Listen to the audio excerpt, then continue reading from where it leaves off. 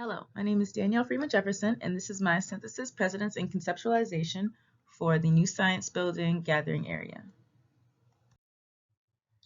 During my physical analysis, I chose to analyze different aspects of the site, such as the vehicular circulation, pedestrian circulation, as well as the sounds coming from the vehicular circulation, the compactness of the soil, as well as the texture, being that it is clayey.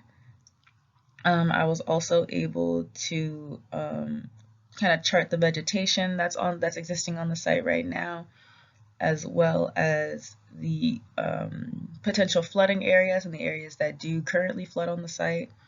I outlined some viewpoints as well as charted the sun path going from east to west on this site. During a subsequent cultural analysis, I was able to analyze the impact of the new science building, being that it is the biological and chemistry center of the school of the university. A lot of science goes on in this building, and a lot of Black scientists come out of this building. So I wanted to keep that in mind when designing a statue or when designing a space for a statue in this area.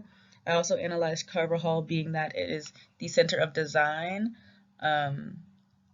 and the Truist Stadium's impact as well, being that it brings a lot of visitors to this particular area, a lot of outside visitors and a lot of alumni as well. So I wanted to keep that in mind when designing too. After these analyses, I had to pile together my information. So I found that the water was pooling on the western portion of the site especially. The soil has a clayey texture, which would require amendment for most plants. It's also very limited planting options available because of the shade conditions, because we are on the north side of the building. So we have a lot of shade conditions, a lot of large trees. So we want to make sure we pick plants that have low light tolerances. And we must design within university constraints and the constraints of the area in general, that it has a lot of foot traffic. The first precedent I used for my project was the Chicago Botanic Learning Center. This learning center opened in 2016, and I found it interesting because of the rolling hills that they used. They used raised lawn hills to create different rooms and different spaces on the landscape to kind of give people that mysterious feeling, this mysterious, playful feeling. This is an example of one of the rolling hills, one of the sections of the rolling hills. The second precedent that I used is a circular seating solution around the University of Liverpool.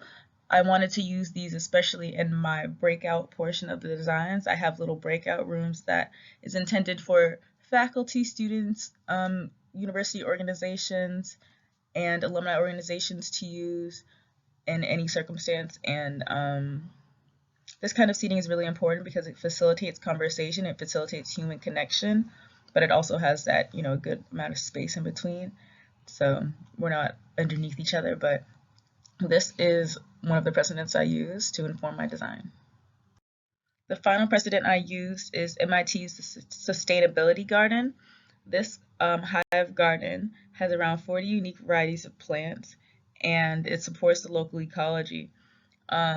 The students and the university organizations at MIT have created like a little space for students to be and to commune in, that you can see there.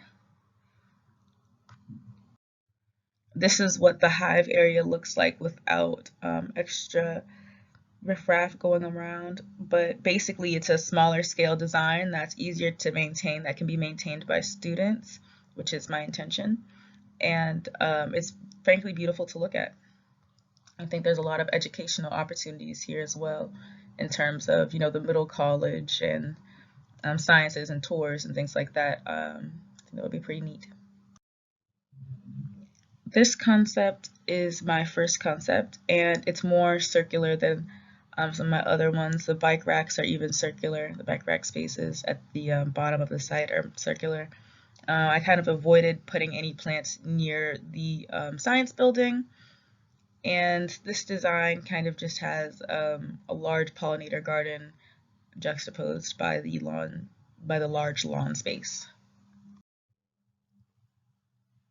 This concept is my second concept, and I have a lot more brick in this one. In this concept, I was focused more on materiality than I was on plantings or really even the logical design. I was just kind of playing around with the brick texture, and I wanted to connect that to the existing buildings on A&T's campus, the more historical buildings that all have that brick material. This concept is a slightly more logical combination of the last two, where it's very circular, but it also has those other smaller elements that kind of build it up. In this concept, I chose to run the furthest with because I liked the composition of it the most. This is my final composition concept. This is my final concept. And you can see the circular elements that I kept from the first one and the circulation elements that I kept from the third one, as well as the raised seating in the northern part of the site and the plantings also from the third one. In this concept, I developed more of the materials and plants to make more sense with other elements. So it's more of a final synthesis of my other concepts than the last ones were. This is the initial plan view that I created based off of my final concept. I went through the process of adding in my materials and adding in my plants and my intentions to plant and where to plant, as well as my bike racks. I added all of that in to kind of make it look more whole to me. It still needed some elements, so I will show you my next plan view. So this is my finalized plan view. In this plan view, I have all my plants in, and I have the shade plants in with the shade tolerances.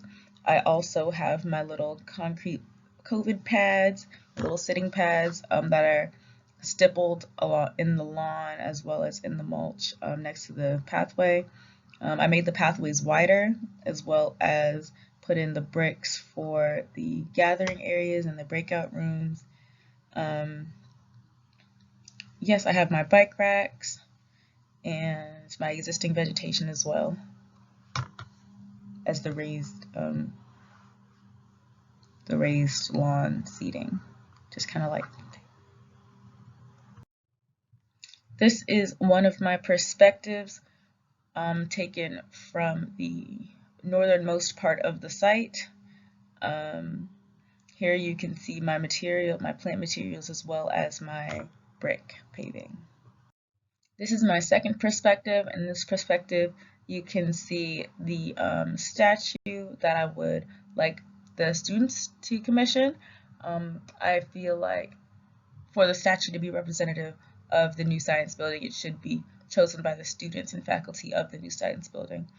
So that is there. You can also kind of see the raised seating and the plant materials. This is some of the plant material that I wanted to use: geranium, rhododendron, hostas, some low light tolerant versions, some butterfly bushes, purple coneflowers, Japanese florals, camellias, and just wanted to really bring some light into those shadier areas and stimulate the pollinators as well as much as we can. I also plan to use common elderberry, summer phlox, and golden ragwort in my rain garden. And for the steppables, for the raised seating, I would like to use dwarf buggleweed, scotch moss, and creeping thyme where I can. Thank you for coming to my presentation.